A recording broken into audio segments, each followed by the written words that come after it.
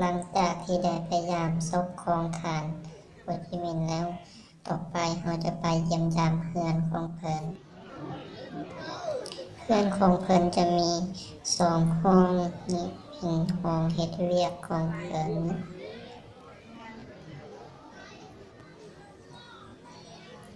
ส่วนต่อไปนี้ก็จะเป็นห้องนอนของเพิ่นที่เป็นห้องน้อยๆต่อไปเป็นวัด1 เสานี่จะเป็นวัด1 เสาแล้วก็เป็นสัญลักษณ์ของเวียดนามให้เราจะได้เข้าไปเยี่ยมยามหอพิพิธภัณฑ์รูปปั้นของเพิ่นนี่แม่นบวงถ้วย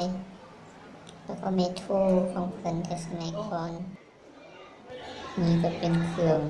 อุปกรณ์สุขภาพของเพิ่นแต่สมัยก่อน